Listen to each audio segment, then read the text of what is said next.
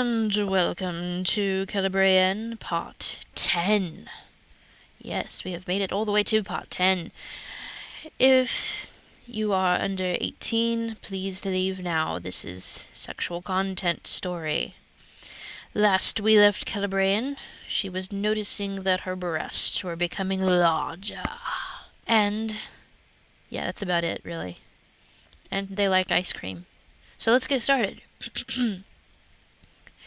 "It can't be," she said. "Something isn't right. The mark must be off." She threw away the ribbon. She wrapped another around her breast.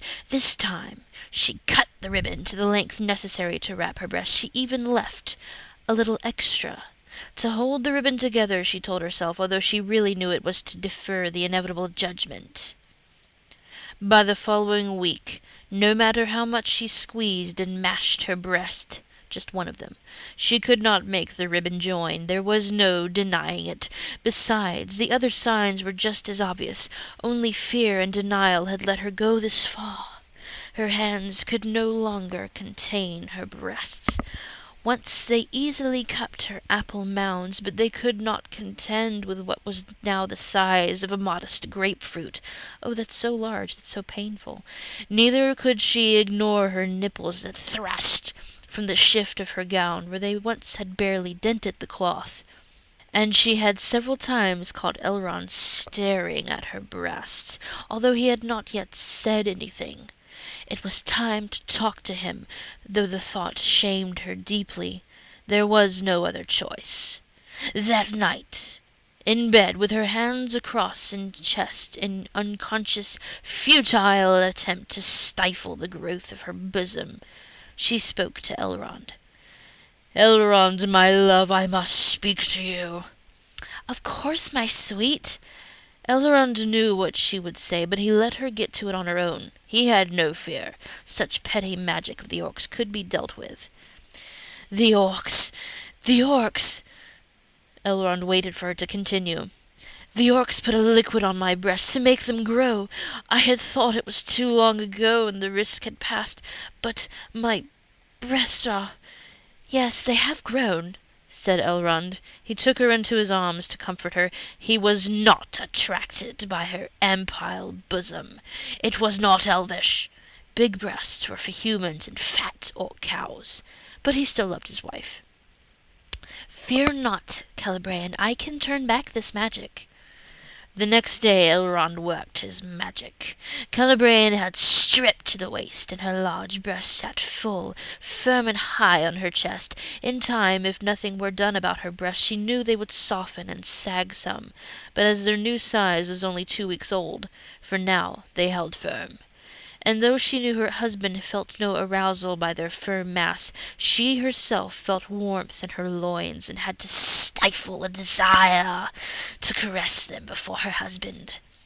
While he cast his enchantments, she noticed that her aureola was now 2 inches across, and her nipples, stimulated by the cool morning air, were erect and bigger than the last joint of her index finger. After a few minutes of chanting, Elrond took cool spring water and bathed her breast. He pronounced more words. The spell was done. "There you go, Celebrian," he said. "It will take some time to return to normal, but at least they will grow no longer.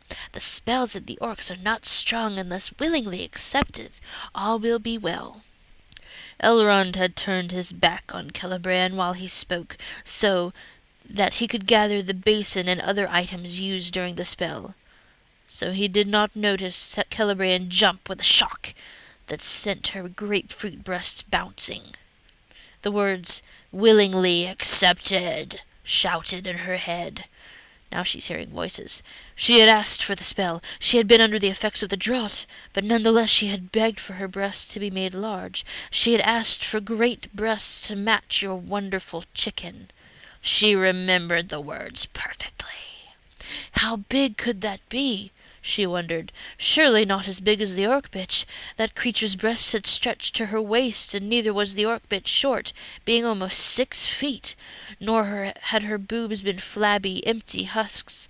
They were fat and full. They must have weighed 8 pounds or more each. That evening she cut another ribbon to measure her breast. When the ribbon could not be forced to meet the following morning, she cried in despair. The spell had failed. She could not help but measure her breast daily for the rest of the week, in vain hope that Elrond's magic would start to overpower the orcs. But it never happened. By the 3rd week, she had to ask her handmaids to let out her gowns. She had continued to force herself into her clothes, but by now her enlarged boobs threatened to rip even the high-quality Elvis silk. Though it shamed her even more, she instructed her maids to pad the bosom of her gown so that her nipples would not embarrass her so much when they stiffened, as they did so at the lightest touch or breeze. Her enlarged bosom also brought back nightly dreams of her actions in the orc lair. She dreamed of the great chicken in her mouth, stretching her pussy, bruising her ass. She tasted in her dreams the orc king's seed and felt its gooey passage on her face and body. During the day, it was becoming more difficult to keep her gaze from the warrior's crotches, and from the stallion's crotches as well.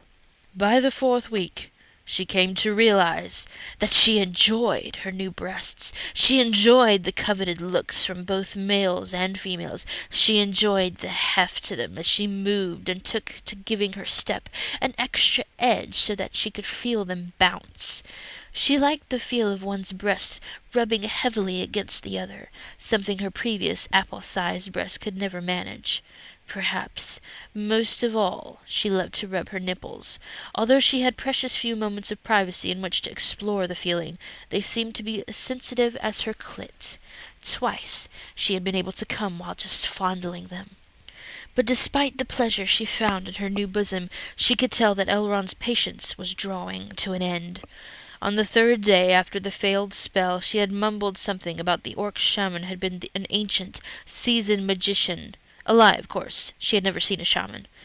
Elrond had replied briskly that 40 years old or 80, an orc shaman knew nothing compared to his ages of study. He had started to say something more, but held his tongue. All the same, she knew that he had almost said, willingly accepted magic was not so easily broken. Thereafter, his previous understanding and patience seemed to fade with each day. And how willing was she now, she thought. She could tell herself that she had asked for this during the heat of the magic draught, that she was not truly responsible. Then why don't you fucking ask and tell him? That was true enough, but now that she had enjoyed the feel of her massive breast, how unwilling could she pretend to be?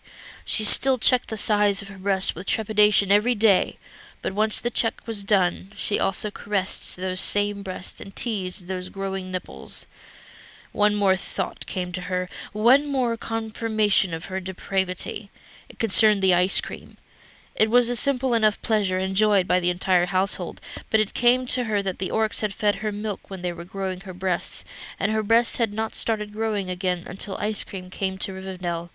It must have been the cream that restarted the process. When the link had first occurred to her, she had stopped eating ice cream immediately, and her breast had ceased growing, or at least slowed greatly. It was hard to tell. But the tickle of cream on her tongue and the pleasure of a weighty bosom brought her back to the ice cream from time to time.